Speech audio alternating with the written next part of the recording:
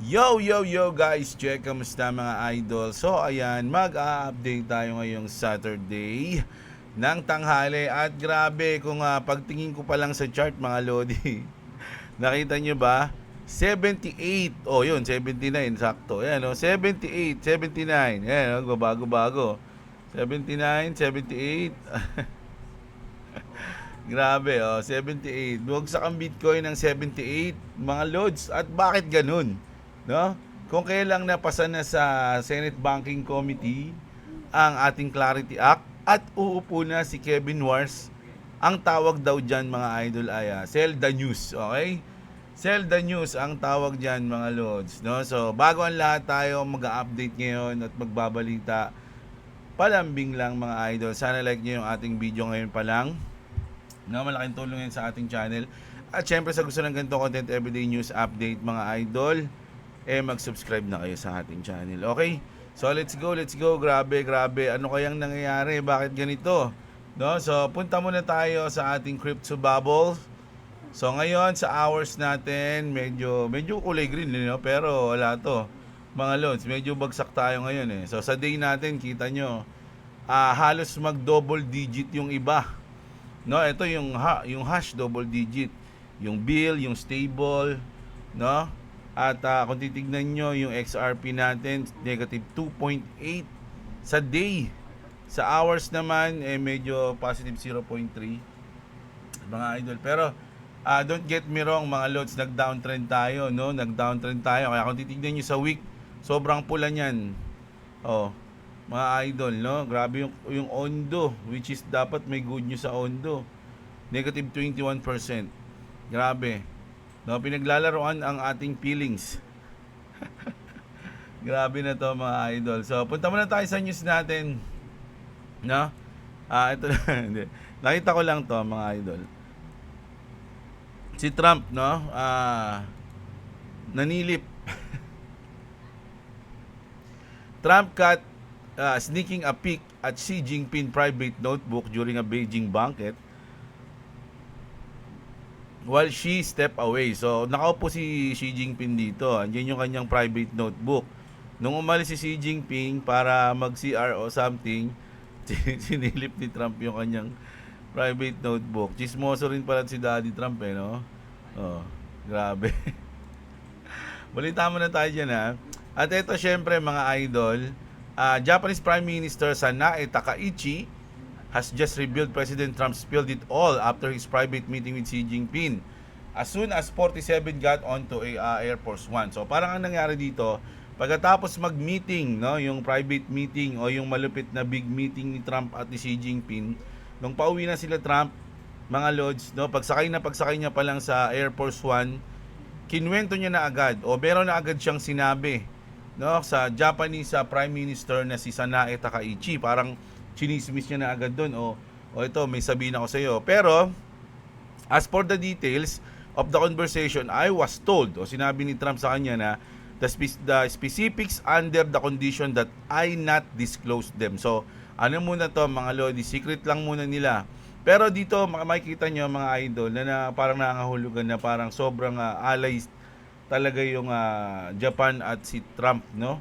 Kasi kumbaga, isipin nyo, after ng meeting sa China, ang una niyang tinawagan is eto, no? Meron na agad siyang chinika, no? Alam mo Mars, may chika ako sa iyo Mars, ganito agad yung sinabi niya, 'di ba? So parang talagang sobrang close sila ang dalawa, 'di ba? Parang ganoon yan, pero secret lang daw muna. So ayan, tapos mga lodi, medyo na-disappoint kasi hindi naman lahat good, no? Tulad nito mga lodi, no? Bad news from us, China Summit, sabi rito. President Trump said China choose not to buy, no? Kumbaga yung Nvidia, no? Choose not to buy Nvidia H200 chips despite US approval. Kumbaga parang siguro ni-request na rin, no? Sinabi ni Trump na ba gusto nyo yung ating Nvidia H200 chips, no? Pero sabi ng China prefers to develop its own semiconductor chips rather than rely on foreign suppliers like Nvidia. So, mas gusto ng China na sarili nilang gawa, no? Yung kanilang tatangkilikin kaysa bumili. So, medyo na-disappoint ng konti si Daddy Trump No, pero overall medyo lamang naman na positive news. Okay?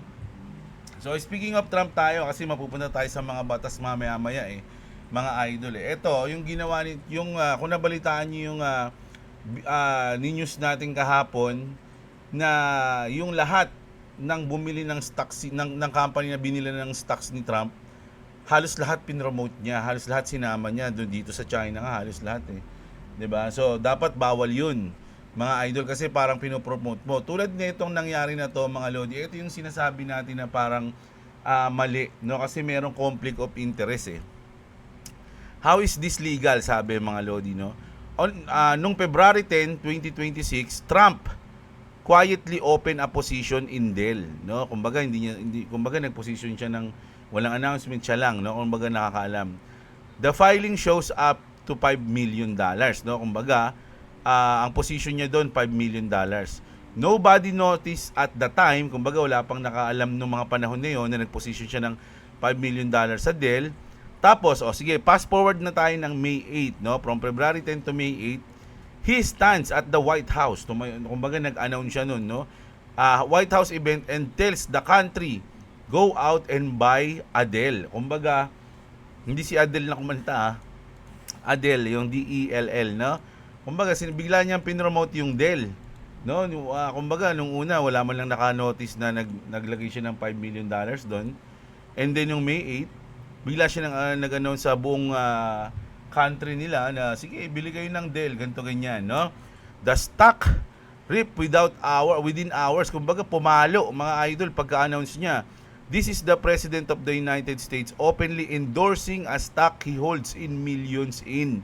Kumbaga, in-announce niya yung parang bigla niyang in-endorse, 'di ba? So syempre, yun, papalo yun mga idol, no? No blind trust, no firewall, no consequences. Dell is up roughly 96% since his entry. Kumbaga biglang tumaas nun. So panalo na agad siya. Mga idol, ganun yung diskarte ni Trump, mga lodi, which is dapat illegal yun, no? So ayun kumbaga nakita niyo yung diskarte ni Trump na yan Tapos ito naman. Ngayon, ito in-announce niya. Trump bets big on crypto stocks with fresh Q1 buys. No, ngayong quarter 1, bumili siya ng new ethics filing shows Donald Trump and his family bought shares in Coinbase. Coinbase mga idol, no? Alam niyo na yan, si Brian Armstrong. Samara Holdings, ayan Mara Holdings. At sa MicroStrategy o yung strategy ni Michael Saylor, no? Ayun yung bumili siya ngayon diyan. Kumbaga nag-buy siya ng stock. The disclosure revealed multiple Coinbase purchases throughout the quarter. The largest Coinbase transaction was valued between $110,000 and $250,000. The family also actively traded strategy stock during the period. So, ayan, kita nyo mga lodi, no? Kasi ang nireklamo sa mga ganito mga idol, kasi nasa government sila, no? So, pwede nilang makontrol, no? Pwede nilang mamanipulate, sabi nilang ganyan. Kaya nga, eto mga lodi, no? Ito yung pinakakalaban ngayon ng Clarity Act natin, no? Ito, papaliwanag ko sa inyo, Clarity Act update, the ethics sacrifice, negotiating with Van Hollen. Si Van Hollen, mga lodi, medyo kilala to mga idol na medyo siya, hindi na siya bago sa mundo ng nila, main player kasi yan, mga idol. So marami rin tagasunod yan mga lodi. Kumbaga sa mga boss, big boss. The biggest roadblock right now is Senator Chris Van Hollen, no? Si Chris Van Hollen, he is leading the charge on a conflict of interest. Ito yung sinasabi ko, yung conflict of interest pagdating sa crypto, no? Conflict of interest amendment at that would force the president and high-ranking officials to divest from crypto business, no? Kumbaga, ayaw ni Van Hollen, no? Pwede niyang baguhin, no, yung isa pa sa mga batas sa Clarity Act. Sabi dito mga idol, to pass, Senator Tim Scott will likely have to incorporate some of Van Hollen's ethics language into the final text sa batas. If Van Hollen says no, kapag hindi pumayag si Van Hollen, He brings a dozen moderate Democrats with him. So, mababawasan, madadala nyo yung dapat boboto na. Biglang hindi pa. Ang gusto kasi ni Van Hollen, mga Lodi, ibenta nila, no? Yung kanilang mga invest sa crypto, no? Yung kanilang mga trade, bawal yun. Kumbaga, ayaw nila na yung mga president o high-ranking official mag-aano sa crypto kasi nga para siyang conflict of interest nga, mga idol. Pero napag-usapan ng mga malulupit, mga Lodi, na parang napaka-hypocrites naman nung ganitong sinasabi. Kasi, bakit sa crypto lang? Dapat sa stock din, di ba? Sa stock din. Kasi alam naman ng maraming politicians na merong mga stock, no, nakataya sa stock, mga idol. So, bakit crypto lang yung inaatake dito? Parang ganun yun. So, ang sinasabi dito, mga idol, tulad ng alam ko din to ni Trump na dapat ay sa bagay kay Trump kasi yung inside trading yun yung ayaw niya ng ganun, pero parang siya ginagawa niya. So grabe. So ito yung sinasabi na pwedeng humarang sa Clarity Act natin kasi may amendment na dapat ganun, baguhin yung batas na dapat yung mga high ranking officials, lalo na yung presidente, hindi dapat nasasangkot o papasok dyan sa crypto kasi nga makokontrol nila o magkakaroon ng conflict of interest. So kapag binago yung batas na yon na nasa Clarity Act, mga Lodi, ay kapag hindi binago yon, tapos nagsabi ng ay ayoko niyan, kung hindi nyo babaguhin, wag na. Pag nag-no si Van Hollen, marami siyang mga tropa na Democrats na sasama sa kanya na hindi rin boboto, mga Lods, no? So ayun yung problema natin ngayon, mga idol, di ba? So ako naman, para sa akin tama naman yung kay Van Hollen, 'di ba? Para hindi makontrol nga naman, 'di ba? Tsaka parang unfair naman kasi yun sa mga normal na retailers o traders, 'di ba? Syempre, nasa politician kayo, kumbaga parang meron kayong nasa loob na kayo, mahirap kumbaga lamang kayo, parang ganoon, no? So dapat wala nga 'yan. So para sa akin, ano to, goods ako dito kay Van Hollen. Kaya nga dapat si Senator Tim Scott will likely have to incorporate some of Van Hollen's ethic language into the final text, no? Mas magandang ilagay yun, mga idol. So, sang-ayon ako doon. Pero sana, mapasa pa rin yung wag na magkagulo, mga idol, no? Pero sabi dito, mga Lodi, although yun na lang kasi yung problema kasi yung unang problema natin, okay na Kaya nga, the Clarity Act Saga Final Chapter, the fight that almost killed the bill, yung stablecoin yield, months of debate, banks versus crypto. Ito yung pinaglaban ni Brian Armstrong, pero talo siya. So ang nangyari dito, resolution today, interest on stablecoin, ban na yan, mga Lodi, no? So talo na si Brian Armstrong dyan. Pero actively rewards, pwede. Kumbaga, ang mga idol, ilan beses na sinasabi, yung mga naka-idle na asset, ayun yung mga hindi pwedeng mag-earn o magkaroon ng yield, 'di ba? Bawal 'yon. So dapat active ka, may ginagamit mo yung stablecoin mo, meron siyang pinagagamitan para magkaroon ka ng earnings, no? Banks won on yield, syempre panalo yung bangko diyan kasi syempre nga naban yung mga idle na stablecoin na mag-earn, pero crypto won on clarity kasi napasa na siya ngayon at patuloy nating hihintayin para dun sa full Senate. Full Senate next, 60 votes. Trump sign it immediately, July 4.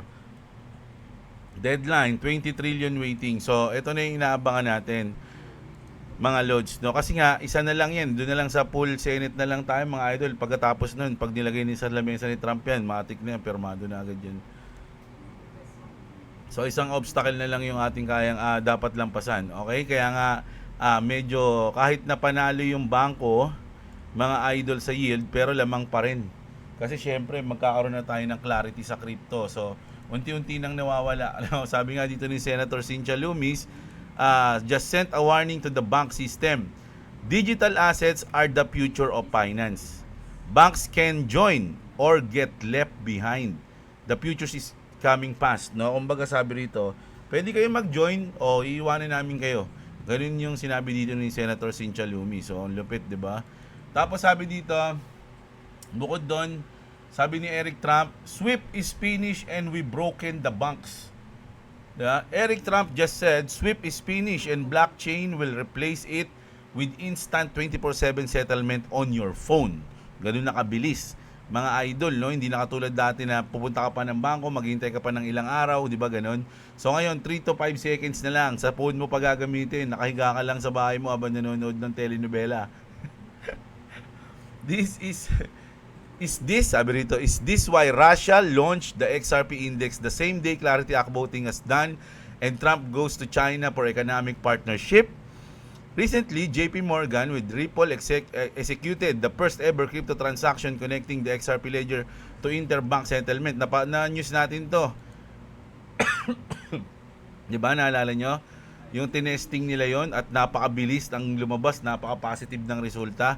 While you can use Bitcoin for transactions, only the XRP ledger has the tech, partnership, and financial stock build to actually do it, mga idol, no? Why Ripple XRP ledger are the only company blockchain piloted across BRICS nations, Japan and South Korea? Why did SBI Japan CEO says that XRP will be very expensive? Ayan yung sinabi ng Japan CEO, no, SBI CEO. Why it's already live with banks in all US states. The dots are connecting. So ito yung sinasabi rito, mga lodi, no. And eto na, mga lodi, no. Grabe. Finally, goodbye Jerome. Sabi rito, 8 years, 1 era, 1 chairman. Jerome Powell survived COVID pandemic. No, kumbaga ito yung mga sinurvive ni Jerome Powell. Matibay rin si Jerome Powell, mga idol. Na-survive niya yung COVID pandemic, highest inflation in 40 years, na-survive niya rin yan. Yung pressure ni Trump, pressure ni Biden, at yung market crashes, na-survive din ni Jerome Powell yan. Never compromise, never blink, depended, Fed, in independence until his last day. Kumbaga, pinotektahan niya yung Fed until his last day. Ayun yung sabi rito. Lapit, parang bidang-bida siya dito. Tomorrow, Kevin Warsh take over. Rate cuts incoming. Oh my goodness. Liquidity expanding. The first pro-Bitcoin Fed chair ever. Goodbye, Jerome. You did it your way. Now watch what happens next, mga idol, no? Kapag si Jerome Warsh tuloy. Si Kevin Warsh na ang upo, mga lodi, no? Kahit na anong mangyari. Sabi nga rito, mga idol, rate cut is coming. Grabe. Tayin natin yan, mga idol, At syempre, ito yung interview kay Kevin Warsh, no? Sabi rito, mga lodi, the Fed chair just signaled a major shift. Kevin Warsh says QE is fueling inflation.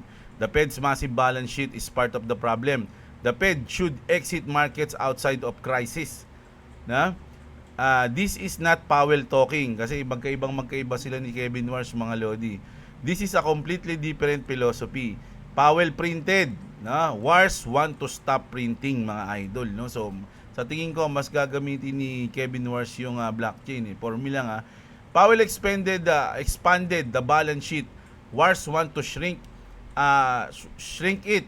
6.7 trillion in Fed asset, mga lodi. Warsh just told you that numbers needs to come down kasi masyado na mataas Less liquidity, higher rates for longer, risk asset reprice. The market has been betting on easy money. The new Fed chair just bet against it. Everything changed on today. So magkaiba sila ni Jerome Powell, mga lodi. Halos para silang yin-yang, magkabilaan sila, mga idol. So hintayin natin kung ano yung mangyayari kapag yung kanyang way naman yung ginamit, mga idol, no? Pero syempre, may kalaban pa rin. May kalaban pa rin, mga lodi. Kung dito, mga idol, no? Sinabi ni Van Hollen, mga lodi, lalo na sa mga president and high-ranking officials, syempre, yung isa pang Democrats, mga lodi, grabe naman yung picture dito ni Senator Elizabeth Warren. Senator Elizabeth Warren is demanding a full receipt of incoming Fed Chair Kevin Warsh asset in investment per Yahoo Finance. So parang gustong makita, no? Kasi nga syempre, dahil uupo siya, mga lodi, yung conflict of interest pa rin yan, mga idol, no? Kasi baka magamit niya yung pagiging chairman niya at magkaroon ng diskarte.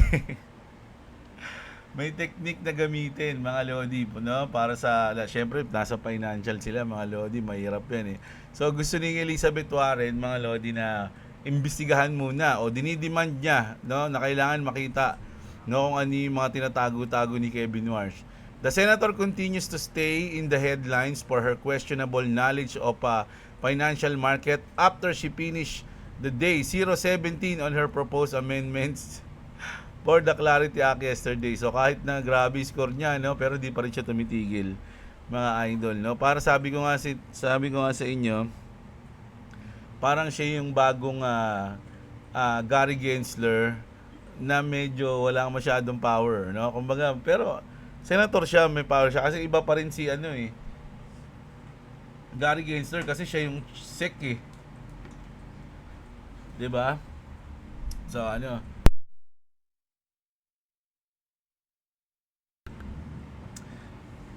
So ayun. So ito na. May kalaban pa rin, no? So punta naman tayo dito mga idol, no? Ripple US Empire now holds 60 state-level license across Ripple Market, DELLC, and Standard Custody. So kung titignan nyo rito mga idol, masyado nang malawak, no, yung matinding mga partnership ng Ripple, mga lodi, no. Oh, ang dami niyan mga idol, oh. Oh, Ripple Markets LLC 43 US jurisdiction. So ito na. Tapos Standard Custody and Trust Company LLC 70 naman. Grabe. So matindi mga idol. Parang pinapakita lang dito na talagang sobrang na-adapt na yung Ripple Tech, mga idol. At good news yan, syempre, no? Tingnan nyo to. 44 million Rakuten Pay users in Japan can now convert loyalty points into XRP, spend it across 5 million plus merchant location. Mga idol, no? This is one of the biggest real-world retail move for XRP so far. So, grabe, mga lods, no? 5 million plus merchant, 44 million users to, mga lods, no, na pwedeng gamitin, mga idol, no? Adoption is getting real, oh. Yun yung pinakamalupit dyan, mga lodi, no? Tapos, ito, sobrang tindi na, no? Kaya nga, mga lodi, maraming gumagamit sa XRP at ginagawa, pwede silang mga-scam. So kaya nga nagsabi rito si Joel Katz, no, si David Schwartz, na nag-warning siya, no, XRP scam wave surge as David Schwartz issues warning. Ripple CTO David Schwartz warned XRP users about a surge in fake giveaways and phishing scams across social media. Schwartz said nearly all XRP airdrop offers circulating online are fraudulent, no? Kumbaga, medyo wag kayo masyadong maniniwala, mga idol, no? Sabi nga nila, if it's too good to be true, it's not true. Scammers are reportedly impersonating Ripple figures on Instagram, Telegram, and other platform. Maraming gumagawa ngayon ng mga account, mga idol na nagpapanggap na mga, kunyari sila, ayan, David Schwartz, Brad Garlinghouse, yung mga main character sa XRP, no, gumagawa sila ng mga account para mang-scam, mga idol. So kailangan nyo mag-ingat. Users are being urged to avoid connecting wallets or approving suspicious transaction. Lalo na kung magtatransact kayo, mga idol. Ako hindi talaga ako nagtatransact o kung ano man. Kahit mga QR code, nag-iingat ako dyan, mga idol. So dapat kayo din, mga lods, no, ingatan nyo ang inyong pinaghirapan, mga idol, no? At syempre, hindi nyo inaasahan natin sa future na maahon sa atin sa kahirapan. Nakahirapan ng buhay, okay? So, dapat lagi kayong doble ingat dyan, mga idol. At ito, isang malupit na news na pinasa sa atin ni Kevin Alipio, mga idol. Sabi rito, mga idol, China is in a league of its own. Using drone patrol equipped with loud hailers and law enforcement lights, allowing authorities to monitor areas from the sky and broadcast instruction directly to the public. So, gumagamit sila ngayon ng drones, mga idol, no? Kumbaga, ayan, tulad niyan. Oy, parang sinasabi to, bawal mag-park diyan. Oh, ayan, no? Parang ganoon, mga lodi, no? Titikitang kita, oh. Grabe, mga, imagine thinking this a good thing, oh, sabi. Pero Sangayon ba kayo sa mga ganito, mga Lodi? Meron na tayong mga drone patrol. Kaya lang sa Pilipinas, malabo pa sa pusit na mangyari to, mga Lodi. At kung mangyayari man to sa Pilipinas, nako, maraming drone ang masisira, mga idol, no? Dahil sa sobrang tigas ng ulo ng mga Pinoy. Pero dito, mga Lodi, nakakatuwa, no? Parang sa future na talaga. Sipin nyo, pwede ka nang sawayin ng drone, pwede ka nang tikitan, at kung ano man, siyempre may mga nagko-control yan sa control room, di ba? Pero ang galing mga loads, no? Parang kakapanood ko pa lang nito, parang yung No Mercy. Nasabi ko na yun eh. Alam ko nasabi ko na yun eh. No Mercy ba yun? Ay hindi, ano ba yun? Chris Pratt movie. Mercy lang, hindi walang no, hindi Mercy. Ay, sorry. Mercy. Si Aling Mercy. Ayan. So, ganito rin yan, mga lods, sa drone. Ayan, kung titignan nyo. Makikita nyo dito yung kung gaano naka-advance, no? Yung drone system dun sa palabas na to, yung timeline nila. Napakaganda. So, nakaupo sa dyan, nililiti siya dyan, mga idol. Ito na yung korte nun eh. No? Baga dyan, pagkagising mo, papakita sa iyo lahat ng ginawa mong masama, lahat ng mga video, kasi nga puro camera na dyan, mga idol, halos wala ng privacy dyan. Tapos yung mga drone videos, lahat yan mga idol. So napakaganda niyan. At naalala ko yung Mercy na movie na yan dito, mga idol, no? Talagang pero dito ginagamit pa lang nila sa mga parang for security o gamit ng mga pulis, 'di ba? O kung ano man, traffic enforcer. Pero sa susunod, sobrang mag-a-advance na tayo, medyo matindi na 'to. Baka nang i-scan na yung mga drone niya, i-scanin na yung loob ng sakyan mo, no? Grabe. So, sobrang advanced na. So, ayan. Yung news natin ngayon, mga lods, no? Sana na-enjoy nyo. Sensya kayo, hindi ako nakapag-news kagabi kasi may pinuntahan ako eh. So, ngayon, sa tingin ko naman, wala naman siguro. Pero, try natin mag-upload lagi, mga lods, no? So, mamaya, check ko, makapag-upload ako. Pero salamat agad ulit sa mga nanood. Sana enjoy nyo. Mga idol, sana like nyo yung video natin, okay? At subscribe sa mga hindi pa nakasubscribe. Check nyo yung link dyan sa baba ng description, lalo na kung wala pa kayong crypto exchange. Mga lods, no, andyan yung link natin. So, kita-kits tayo. Maraming salamat sa mga nanood. Magandang araw sa inyo, mga kapatid. At What's up? yeah.